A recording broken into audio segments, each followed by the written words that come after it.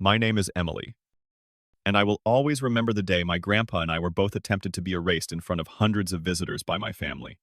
William, my rich grandfather, traveled 6 hours across the nation to attend my brother Michael's wedding. His body was weak at 82, but his pride remained unfazed. But instead of the guy who made our reputation, my parents pushed him behind the garbage cans as soon as he came, treating him like an unwanted visitor. The sound of my mother's words cut right through me. We will feel embarrassed by that elderly beggar. My chest was on fire. Her fingers cracked over my face as I raised my voice. Like wildfire. Gasps proliferate. She then told me to go before I could collect my breath. Disgraced and with tears in my eyes, I staggered towards the gates. I heard the sound of motors roaring 20 minutes later, and everything changed when his private plane touched down.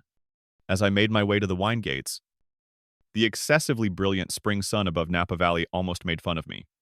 With every stride, I was reminded that I didn't belong here, as my heels snapped on the cobblestones and echoed louder than I wanted to.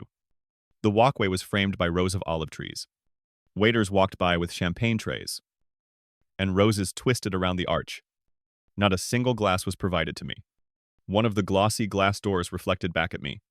I was wearing a cheap forest green dress from a Boston charity store that hung clumsily on me. Freckles were showing through the makeup.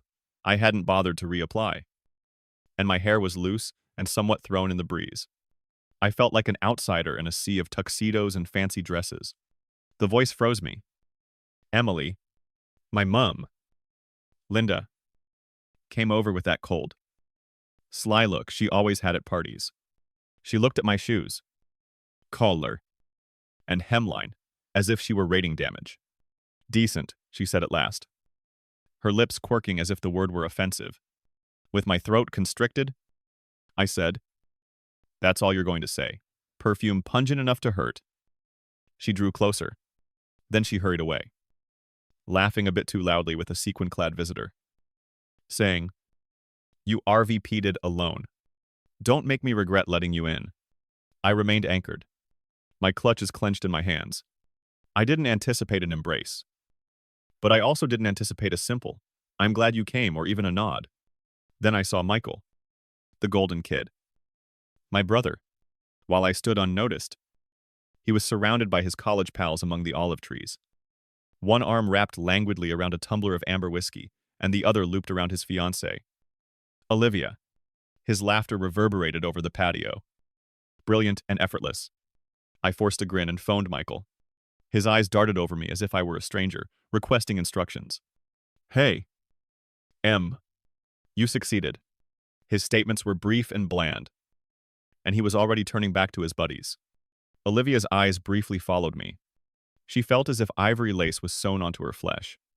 Her stiff, courteous, and indifferent grin. My neck started to become hot. Something held me there, even though I wanted to turn and flee. Something obstinate. Even though my family was devastated, I refused to go so quickly. I thus remained on the outside of the group, holding my bag and feigning to look for someone who was interested. However, the reality weighed heavily on me.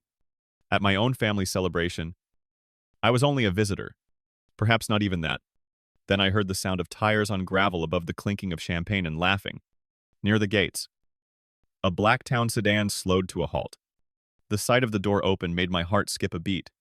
It was Grandpa William. Slowly, the automobile door opened. Grandpa William was standing there. His strides were methodical, and his back was somewhat stooped.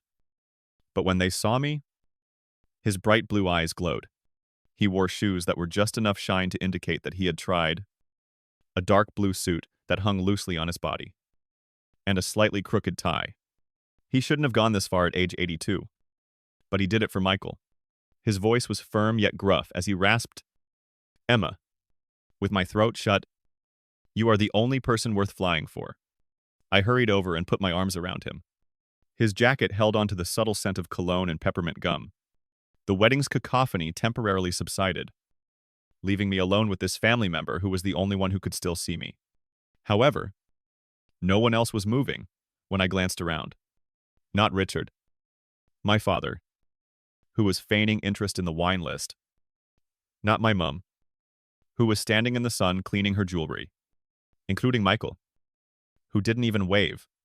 Suddenly, a worker showed there with a clipboard.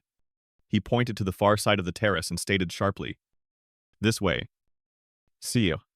The path wound past the flower arch, past the fountain, past the outdoor kitchen, and ended at two cheap plastic chairs wedged between overflowing trash cans.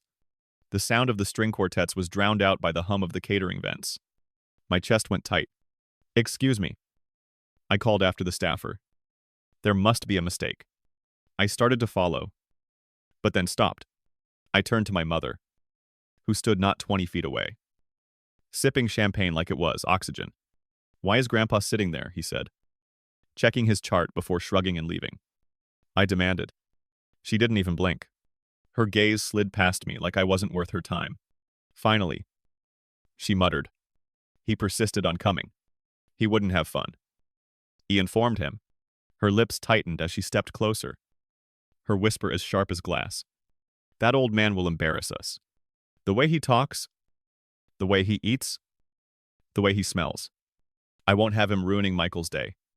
Beggars can't be choosers." My fists curled. He's not a beggar. I stared at her, looking for any sign of humanity, but I couldn't find any. I looked at Grandpa, who was sitting quietly on the plastic chair, his shoulders slumped, his hands resting on his cane, knuckle pale, and it felt like a punch to the gut. My grandfather, who had built everything this family owned, was thrown out like trash at his own grandson's wedding. Her face was taut, her eyes cold, and she wasn't even pretending anymore. As the waiter started escorting guests to their tables, I could feel my heart racing in my ears. Crystal glasses clinked. Laughter reverberated throughout the vineyard. And all I could see was my 82-year-old grandfather sitting next to trash cans as if he had been a last-minute addition. "Excuse me," I said, my voice trembling at first. But I straightened my shoulders, took a breath, and looked directly at my parents. My words louder now. My hands trembled. But I stood. I wasn't going to let this pass. I tapped my fork against a glass, the delicate ting slicing through the chatter. Conversation died. Dozens of faces turned towards me. A few guests exchanged anxious looks. Others leaned forward, curious. And then, heels clicking, like gunshots. My mother stormed towards me, her eyes blazing. "You ungrateful girl," she hissed before I could flinch. "Why is my grandfather sitting by the trash cans while strangers sit at the family table?" Her fingers cracked sharply on my face. Like a whip, the sound reverberated across the terrace. The embarrassment was more painful than the immediate burn to my flesh. The room emitted a collective gasp. A fork was dropped. Did she just set another in a whisper? And I stumbled back, holding my face. For a moment, the world swayed. But I resisted crying. Not in this place. Away from them. My mother spat out. "You don't belong here," in a poisonous tone. She shook her fingers at a neighboring employee, saying, "You never did? Get out before you embarrass us even more. Escort her out," I said, swallowing hard and pushing my chin up despite my hazy eyesight. "I just asked that he be treated with respect." I gestured to Grandpa William in a whisper. But nobody stepped forward to protect me. My father averted his gaze as his cufflinks captured his attention. Michael moved uneasily but remained silent, unable to interpret her face. Olivia moved closer to him and whispered. The employee paused, glancing from my mother to me. The look in my mother's eyes hardened. At last, he moved forward. "It's fine," I answered hastily, maintaining a firm voice in spite of the sore throat. With my skirt dragging on the dusty stones and my shoes catching on the gravel, I turned and said, "I can walk myself out." With 100 eyes on me, the audience became silent. I felt shame enveloping me like a second skin. My mother's voice came clear and chilly behind me. Like unappreciative. Like her granddad. I didn't turn around. I was unable to. However, I sensed movement as I got to the patio's edge. Grandpa William was no longer sitting in his chair.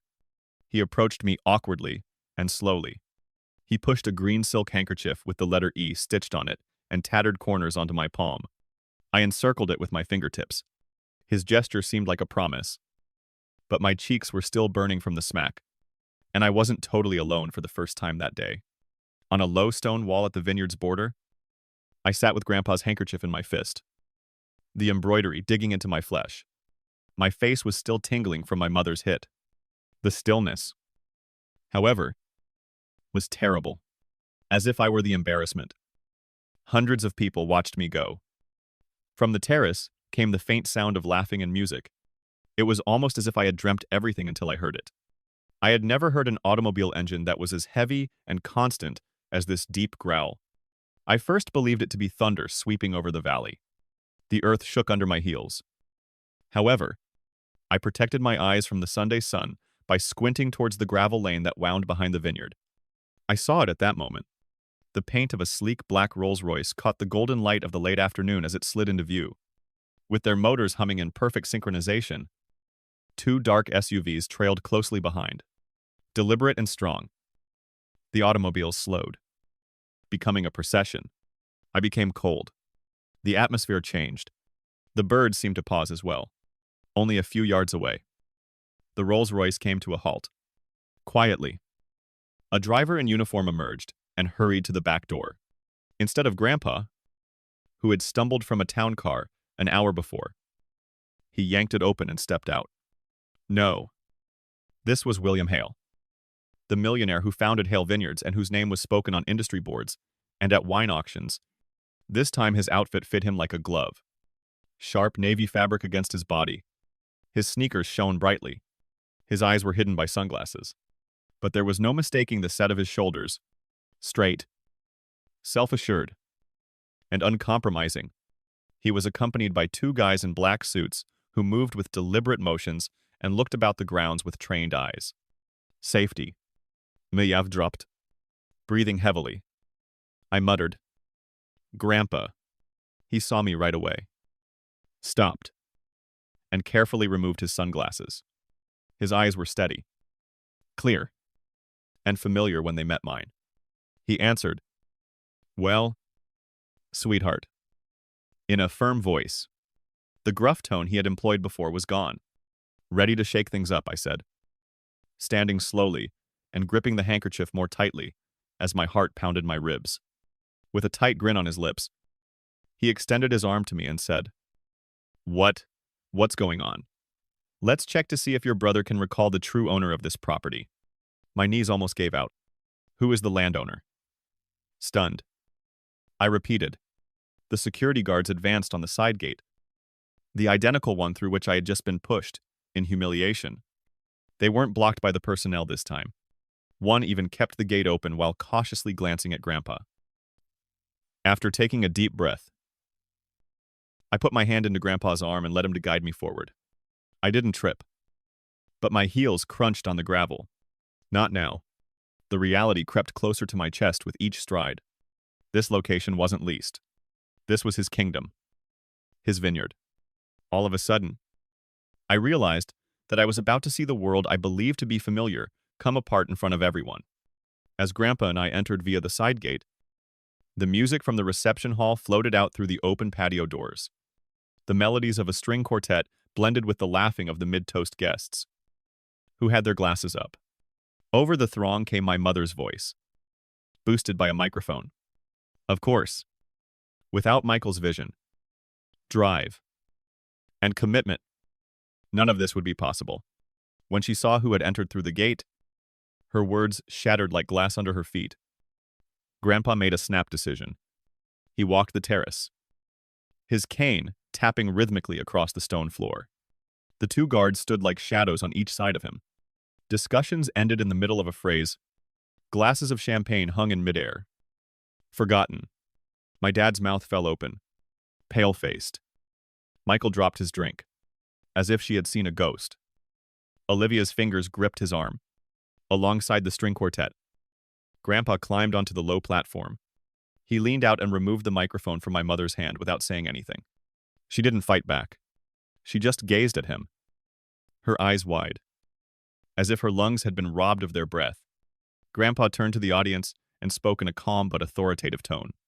He started by saying, "I wasn't going to say anything." My father fidgeted, pulling at his collar. Michael stared at his shoes. Grandpa's eyes swept the room. "And I built this vineyard with these hands. After all, it's a wedding. A day for joy. A day for love. But sometimes, silence is mistaken for weakness. And I think it's time people knew the truth. When I arrived today, no one greeted me or asked where I should sit. Instead, I was put next to garbage cans, which sent the impression that I was disposable. I named it after my late wife, Carmen, and I gave it to this family, believing that it would be taken care of. A gasp came from the rear. Someone said, "Oh my God." Grandpa's eyes moved icily and purposefully towards my parents, and I heard the message clearly. Finally, my mother spoke up. "William, please. You're making a scene." The piercing snap sounded like thunder through the glass roof as Grandpa's cane smacked on the stage, cutting her off. "Don't ruin Michael's day. You think I'm the embarrassment?" His voice rose, steady and commanding. "No, the embarrassment is yours." He paused, then turned towards me. His eyes softened, and his words came slowly, deliberately. "Ruin it? No. What ruins a day is cruelty disguised as pride. What ruins a family is greed hidden behind champagne flutes." He pointed straight at me and said, "I built this empire for her. Not for you."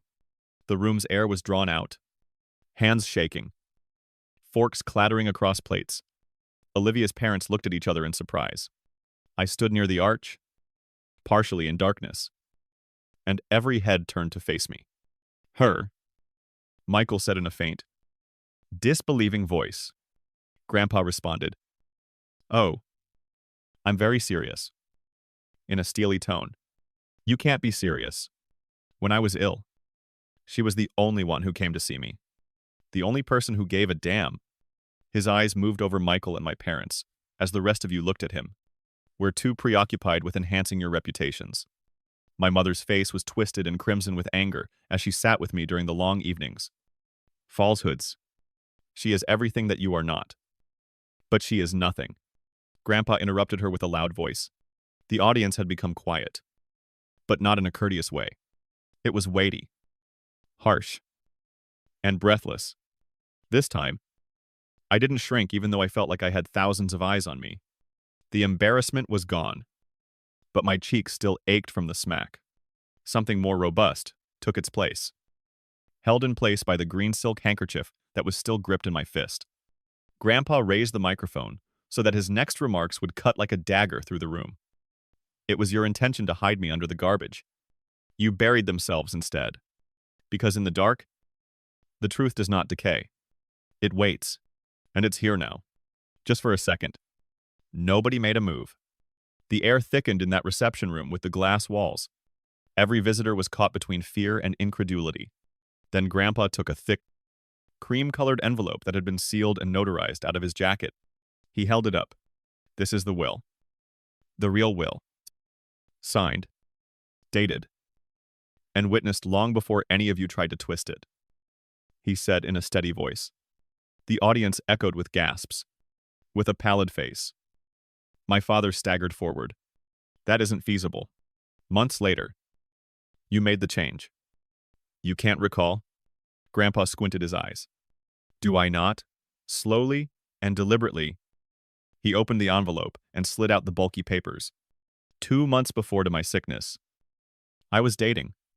When my hand was steady and my mind was clear, long before sedation and long before pneumonia.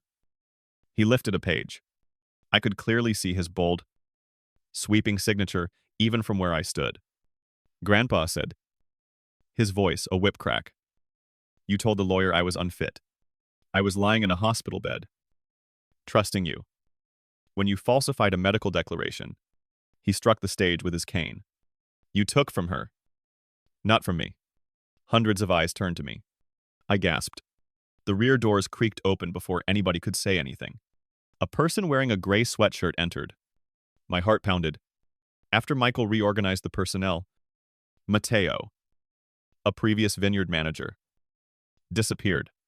He took something out of his pocket and stepped forward. In the light, a USB disc glinted. Despite his shaking hands, he said steadily, "I think you'll want to see this." Grandpa gave a nod, and one of his guards hurriedly plugged the disc into the projector in the reception area. After flickering, the screen came to life. The video was clear yet blurry. After midnight, the fermenting chamber time-stamped. Michael peeked over his shoulder as he slipped inside. He had a container in his hand. He went up to one of the large steel tanks, poured, and unscrewed the lid. Through the audience came a murmur. "Is that someone murmured?" "Yes," Mateo said. "Industrial solvent."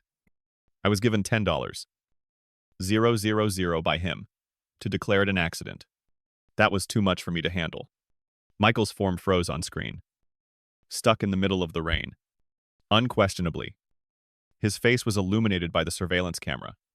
Olivia covered her mouth with both hands as she gasped. "Michael." "No," she said instead. With his cheeks flushed, Michael sprang to his feet.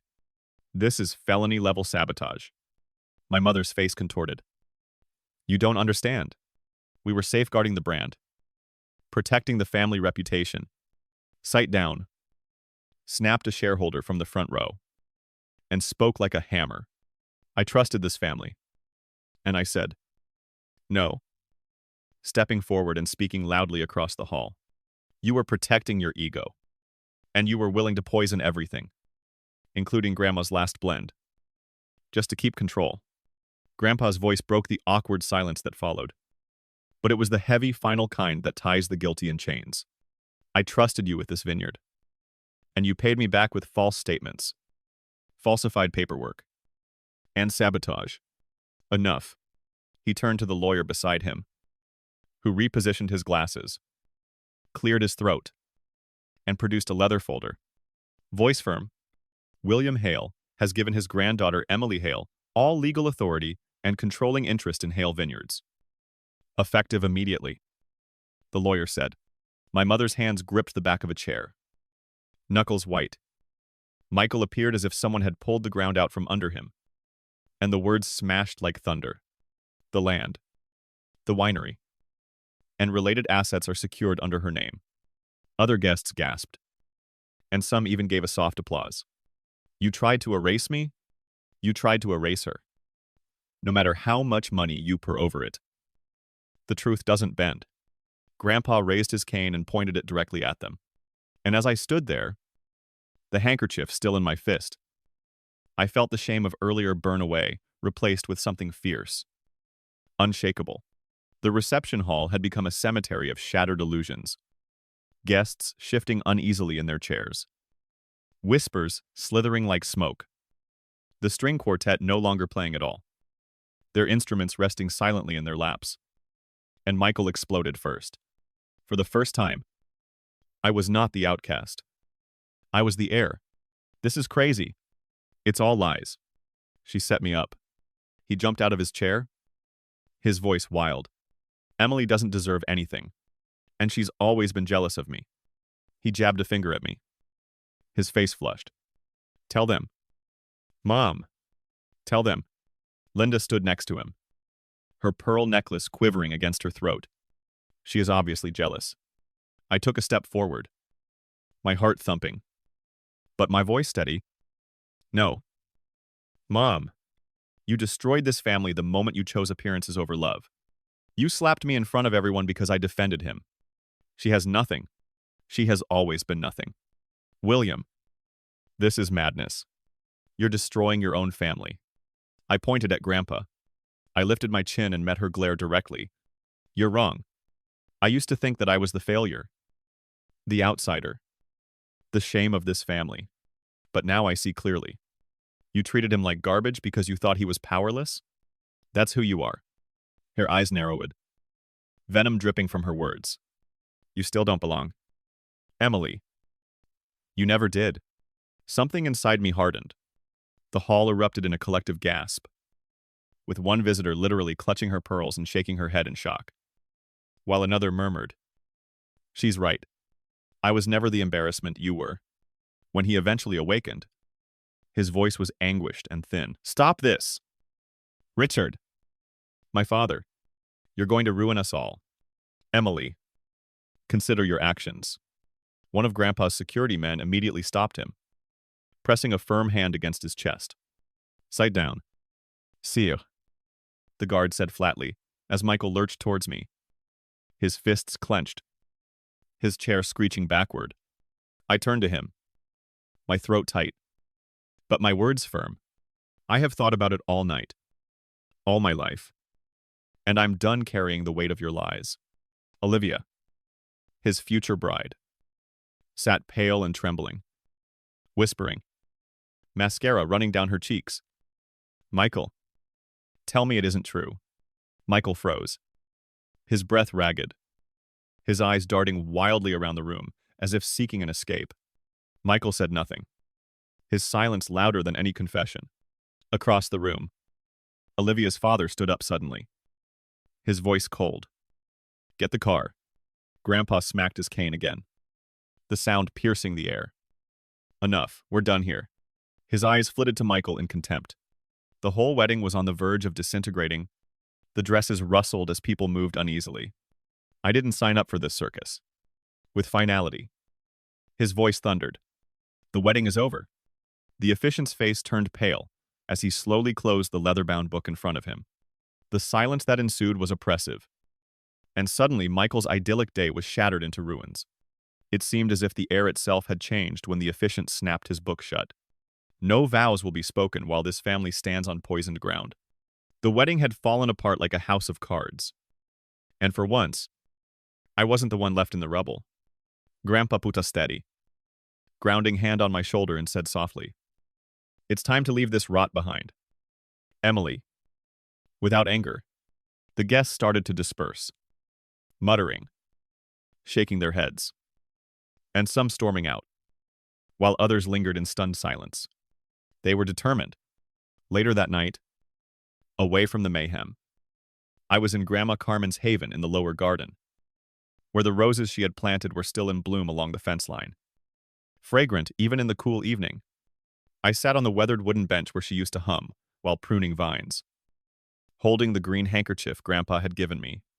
I felt closer to her by running my hands through the dry, cracked soil at my feet. But my heart was racing when I pried open a rusted tin box and found a letter wrapped in linen, written in Grandma's familiar cursive. "If you're reading this, Emily, you already know the truth. They didn't see your strength, but I did. This land belongs to the one who knows how to love it back." The words were blurred by tears, but I cried because I recognized her voice and her hand guiding mine for the first time. Weeks later, the vineyard came alive again, not with champagne toasts and designer gowns, but with friends, neighbors, and co-workers who remembered what it meant to belong. I wore a simple navy dress, nothing fancy, but Grandma's old grapevine brooch was pinned to my chest, and as I poured wine into the glasses of people who had worked here for decades, I finally felt what family should be. We set tables under paper lanterns strung between olive trees, and there was fresh bread and rosemary in rustic baskets. To Emily, the one who remembered what family is supposed to mean, this vineyard doesn't belong to me anymore. It belongs to her because she chose love over pride. Grandpa said, tapping his cane against the riser we'd built near the pergola when he raised his glass and spoke clearly. The crowd erupted in applause, glasses clinking in solidarity. At the base of the main vine stood a plaque we'd put in that morning for Carmen, for those who bloom after being buried.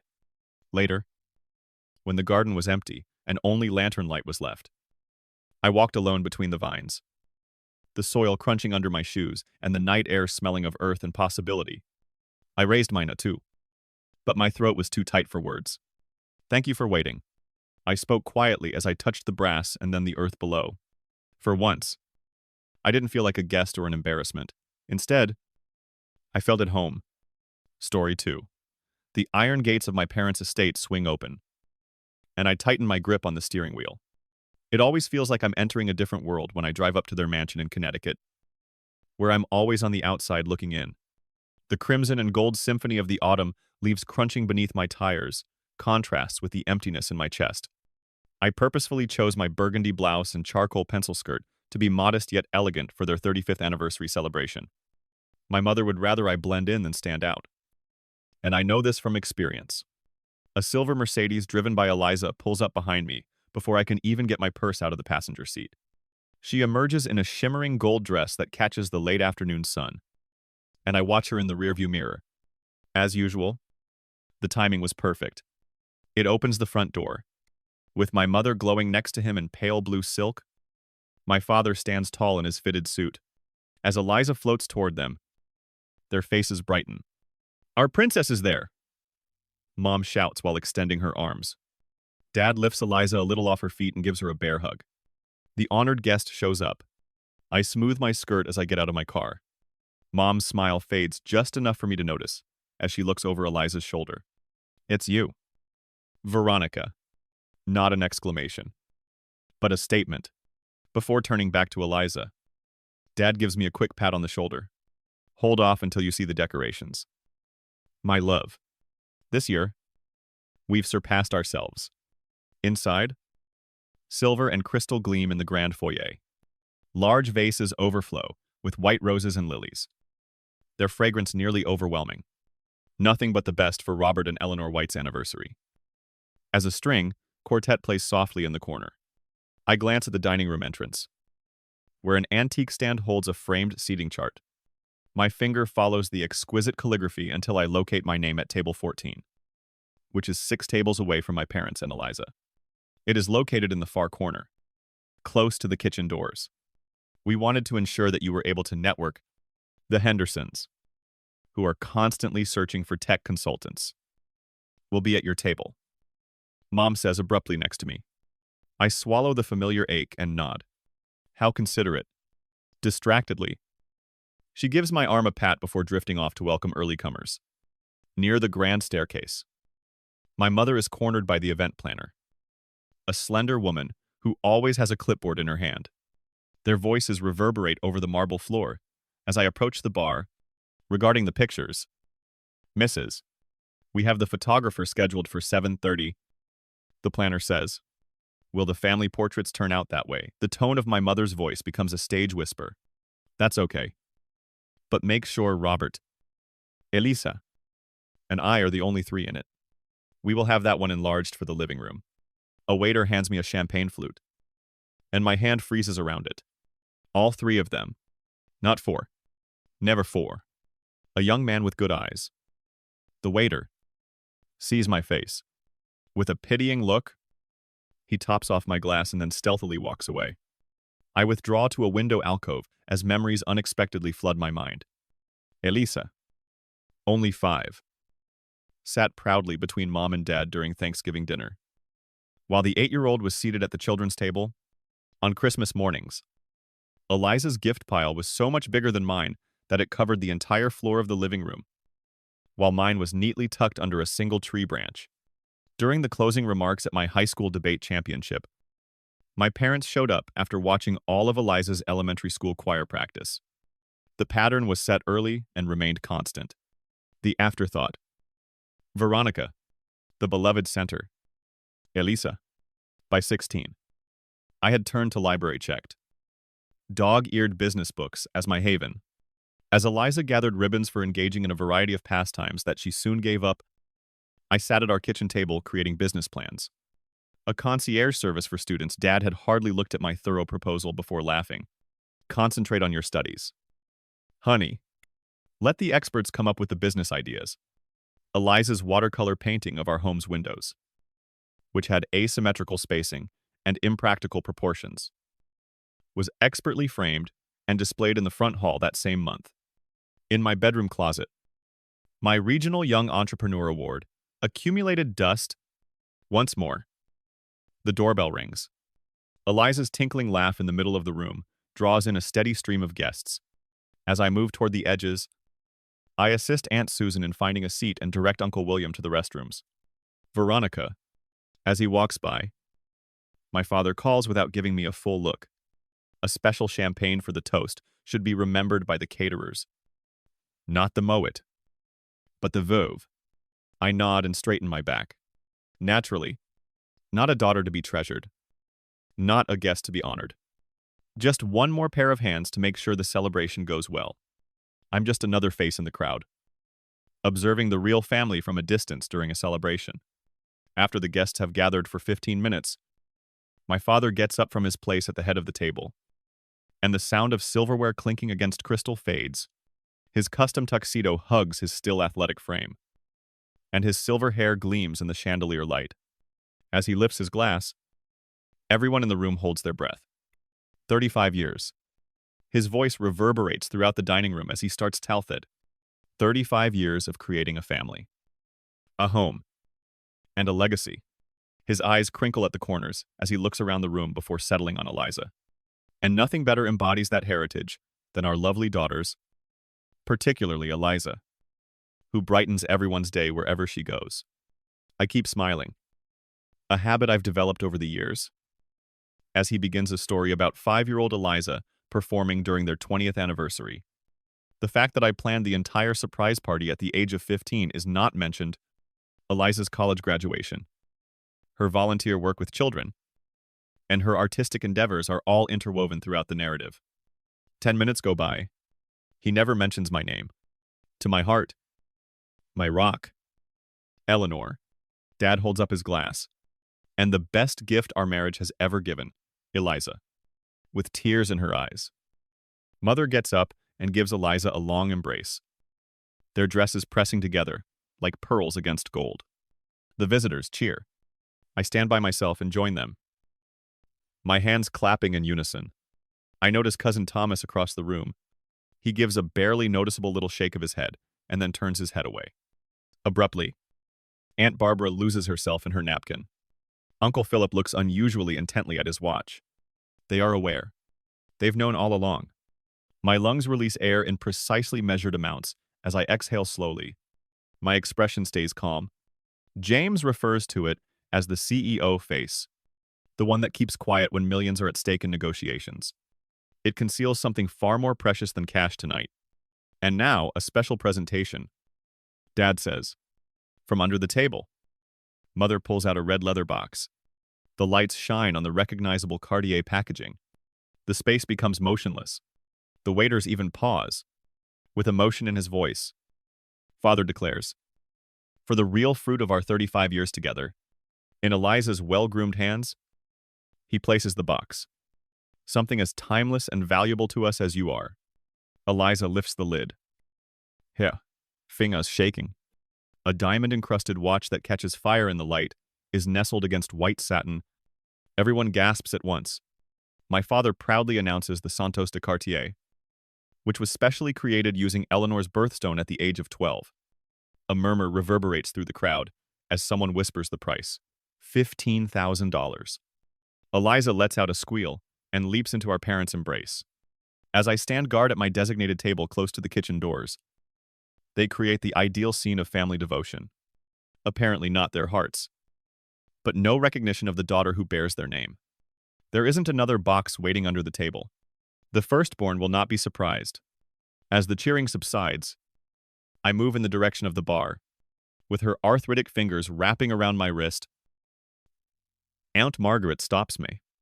Come breathe with me. Sweetheart. Actually, it's not a question. The autumn air on the terrace gets rid of the lily smell in my lungs. Margaret places her heavy body on a stone bench. Were you aware? She doesn't introduce herself.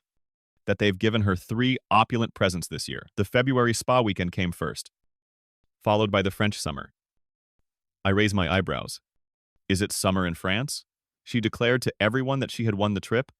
Margaret gives a snort. Just as he has been paying the rent on her independent apartment for the past 3 years, Robert covered all of the expenses. A feeling of cold certainty descends upon me. A clearer picture emerges as the puzzle pieces move. I mutter. That's why the family newsletter didn't mention my Series C funding announcement. Eliza began selling her own soaps at the farmer's market that same month. It's a hobby update. According to your mother. Under Philip Jr. Soccer tournament. In paragraph 12. Your $40 million investment round was mentioned. My phone buzzes while I'm holding it. Alongside his message, James's name flashes on the screen. What is the status of the royal coronation?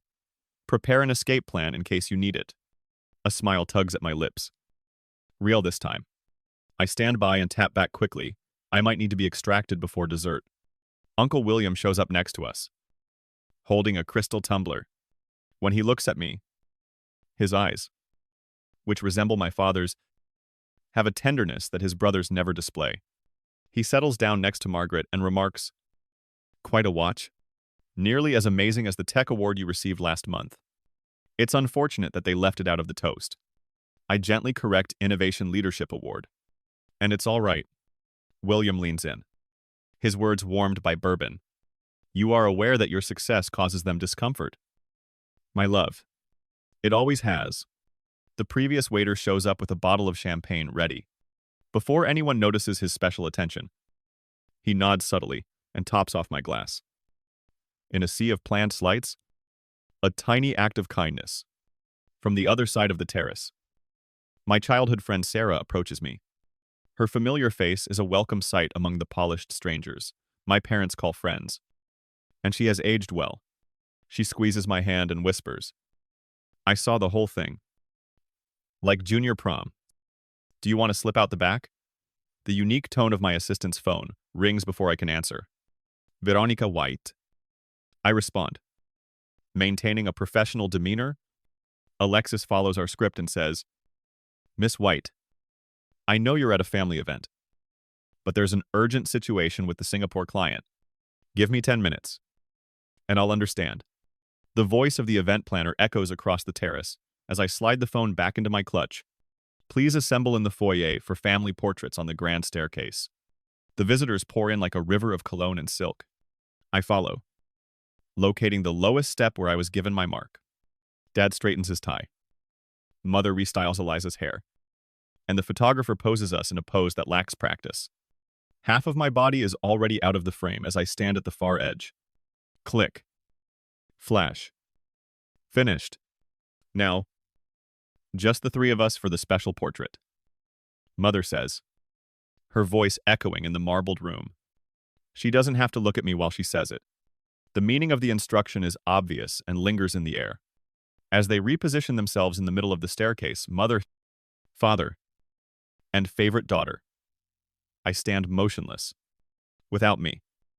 The whole family. The real family. The photographer modifies his parameters. No one speaks. And the guests observe. As the last pictures are taken, I stay right there, neither running away nor objecting. I am aware that the picture will hang in the room. Nowhere at all. A permanent record of my position in the White family hierarchy.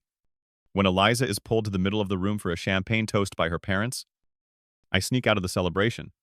In order to resolve the work issue, I immediately withdraw to the father's home office, check my email, and give my assistant another call. We send the updated proposal to the clients after 15 minutes of reviewing each chart, slide, and explanation. And I would like to take a quick break.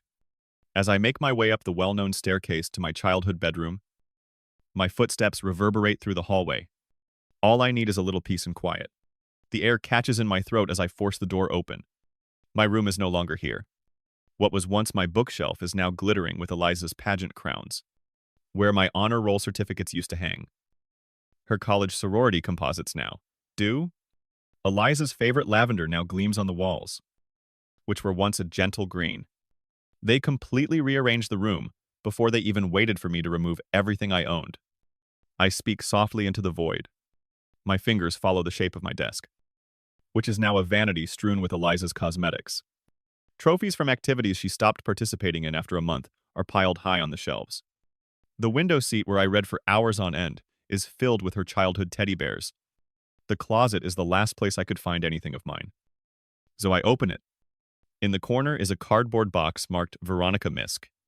Underneath my Young Entrepreneur Award are my college degrees. My graduation picture from business school has my summa cum laude tassel tangled around it. Stuffed away like holiday decorations is everything that signifies my journey and my accomplishments. I feel a wave of crystal clarity. Nothing will ever be different. I'll always be the chair by the kitchen door, the box in the corner, and the last-minute idea, with a lavender duvet over my head. I sit on the edge of the bed.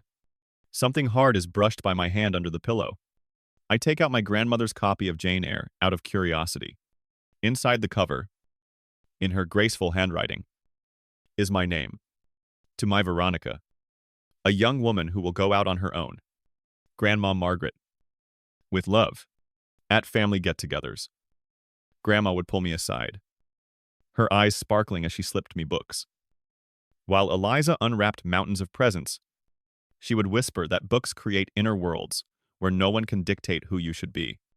An envelope with my grandmother's initial on it, yellowed with age but sealed with wax, slips out as I turn the pages.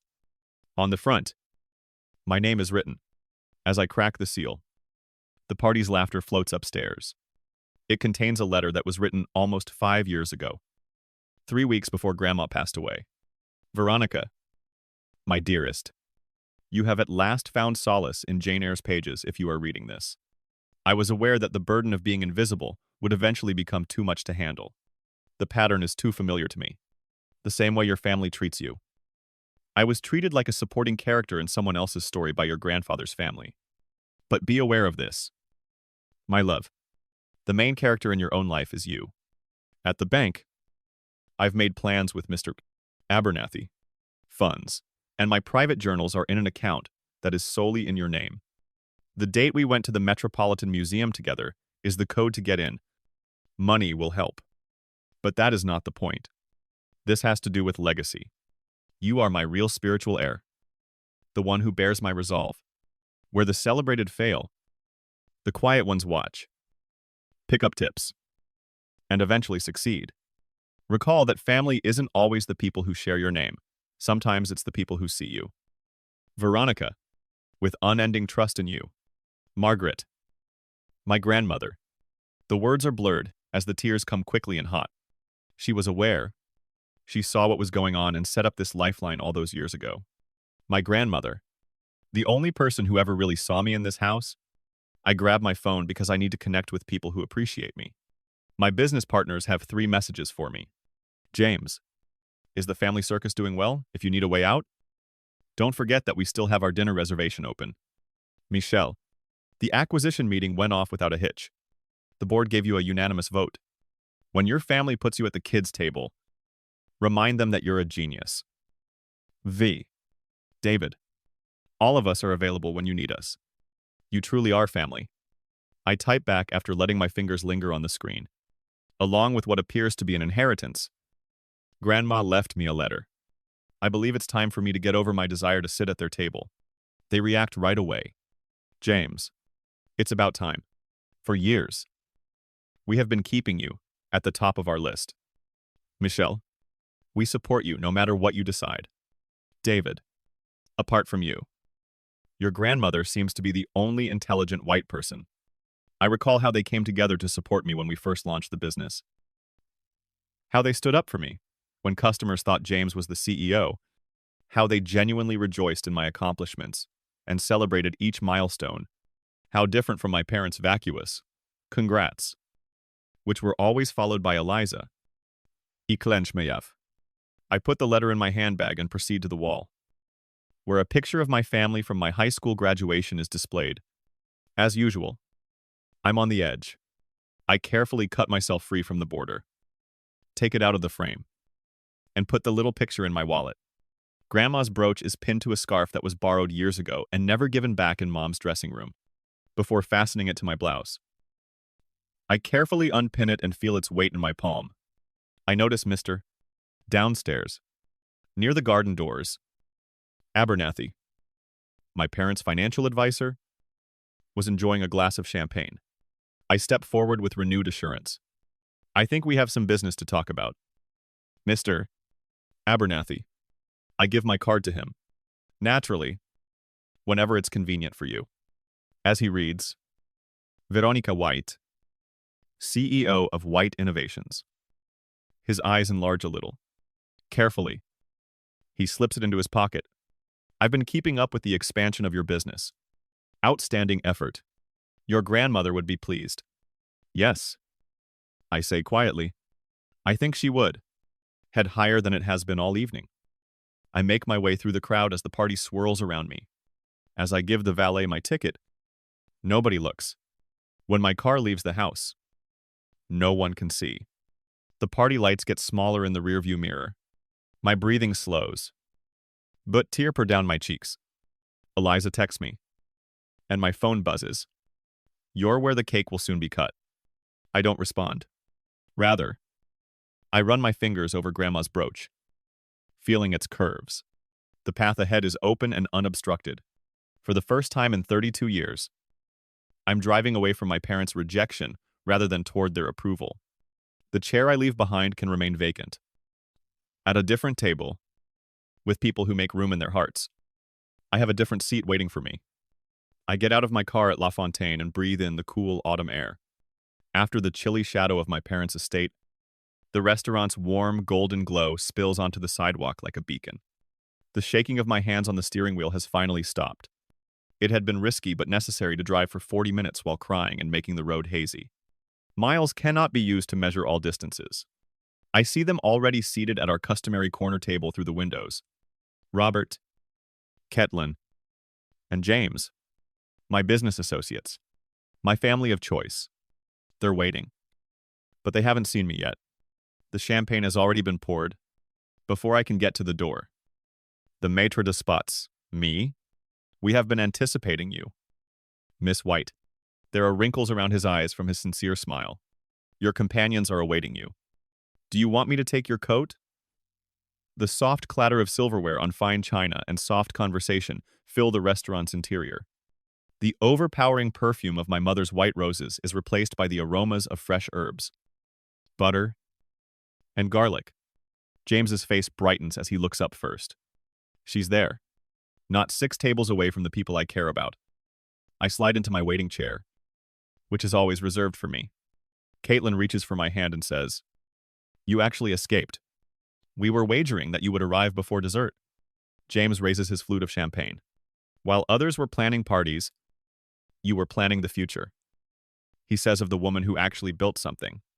Something in my chest is unlocked by the words. The first genuine smile of the evening feels strange on my face, like a muscle that hasn't been used in a long time. In my purse. My phone buzzes. But then again. And once more. Let me guess. Robert says, raising his eyebrows. Has the search party been sent out? I take my phone out. Eliza sent 3 increasingly desperate texts.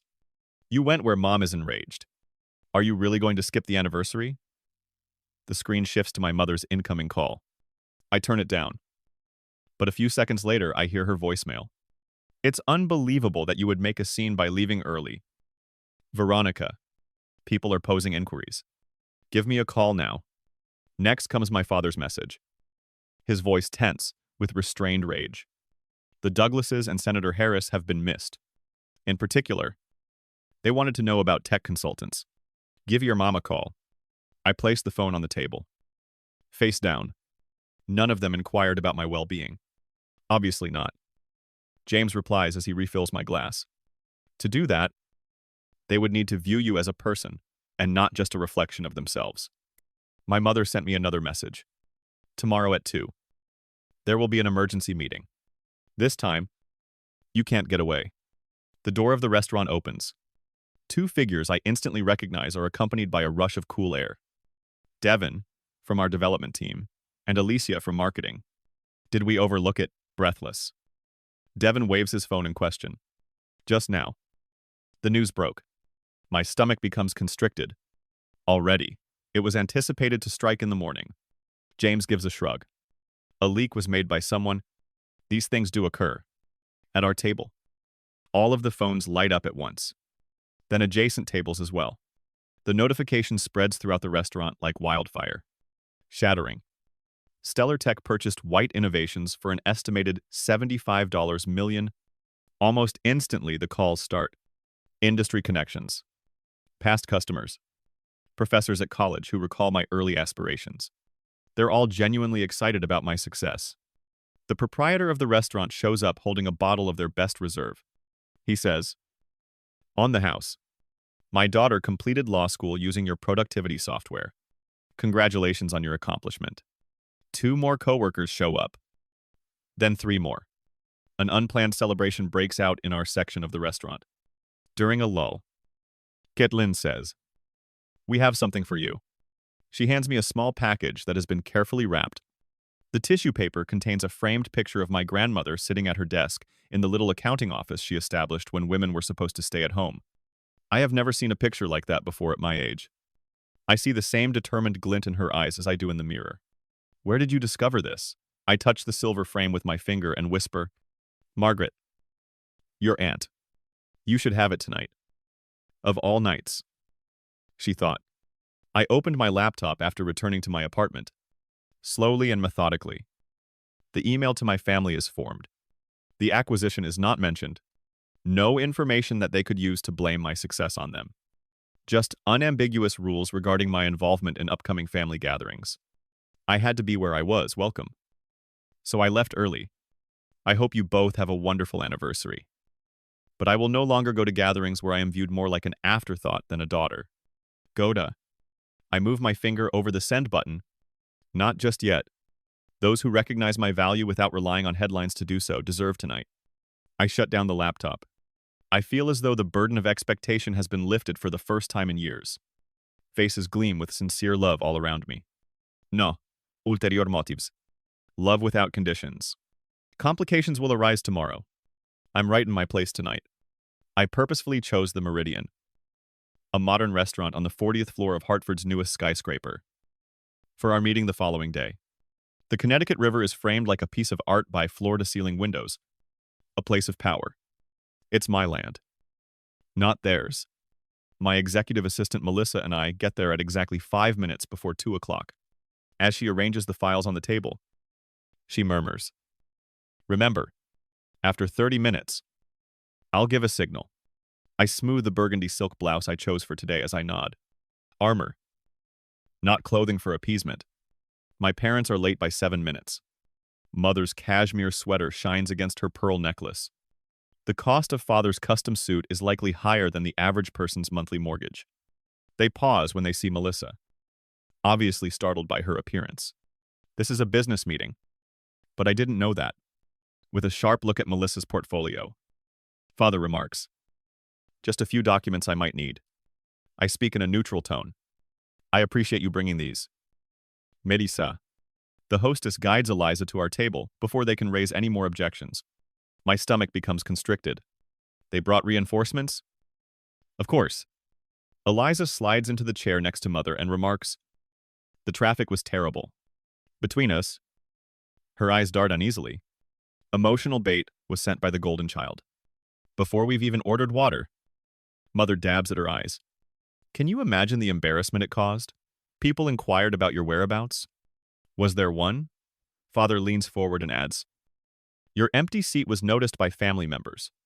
The Hendersons inquired about you. In particular, the Hendersons.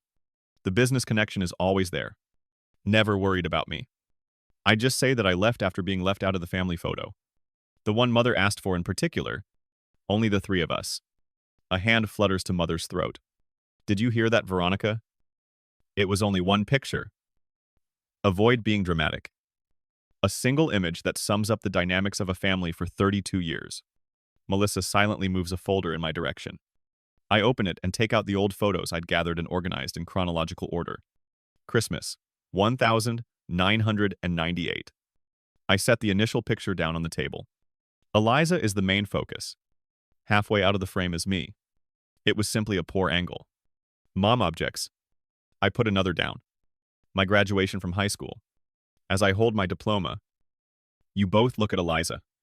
This is absurd. Dad sighs. We were there. Weren't we? The waiter comes over. The father purchases pricey scotch. Mom asks for sparkling water. Eliza imitates her decision. Just coffee. Dark. The waiter nods and pulls away when I tell him. Eliza leans forward, practicing her voice. Veronica, when you left, I felt attacked. as if I were being punished for being loved. The calculated guilt trips are no longer effective. I just wait. We informed the family of your work-related stress. At last, Mom acknowledges that pressure has been placed on you. People are aware of burnout. How practical. I take a sip of water, allowing the awkward silence to linger. My absence has been rewritten by you so that you are not held accountable or required to provide an explanation. The father's face grows gloomy. You owe this family something. Your actions would embarrass your grandmother. Even I am surprised when I laugh. I got a letter from my grandmother, and money set aside, especially for me. I take the letter out of my file. When she was still alive, she saw the pattern. Mum get pale. Which letter? What money? The ones you didn't mention to me? I found out about the inheritance after she passed away. The father strikes the table with his hand, causing the glassware to leap. You and your company, playing entrepreneur, rather than working for a reputable company. Do you think I don't understand the purpose of this seeking attention? Similar to your childhood. Robert. Mother looks around and hisses. People are becoming aware. Success has altered who you are. Mother leans forward to speak. In the past, you understood that family comes first. Tears form and smudge Eliza's mascara. Everything had to be about you all the time. Your feelings must become the focus of even my moments. I may have been hurt once by their methods. I can now clearly see how manipulative they are. Not a fiction. On one point, you're correct. Calmly, I say, I've changed because of success. It has demonstrated to me that I should be seated at tables where I am respected, not just accepted. I understand. In the middle of the glass table, I set my business card. The letters are shiny and embossed. White. Veronica. White Innovations CEO. Last week, my business completed a $75 million acquisition. During your celebratory dinner yesterday evening, the news was revealed. If they weren't so depressed, their shocked looks would be hilarious. You will have to agree to new terms if you want to continue your relationship. Equal dignity. No more being excluded. As Eliza takes center stage, Veronica will no longer be relegated to the background. The father gets better first. Listen to this now. No. I cut you off. Standing. You've been speaking for 32 years. Today, I've had my say. As they sit frozen, I gather my belongings. Melissa takes after me. I want a relationship with each and every one of you. I say, my voice a little softer. I don't need one anymore. Though, there is a distinction. Mother shakes her hand around her glass of water. Father tightens his jaw. Eliza appears completely bewildered, possibly realizing for the first time how the family system functions and how it is now disintegrating. Once more, congratulations on your anniversary. I straighten my shoulders and say that I sincerely hope you're happy. With each step feeling lighter than the last, I leave without turning around. For once, their silence doesn't define me.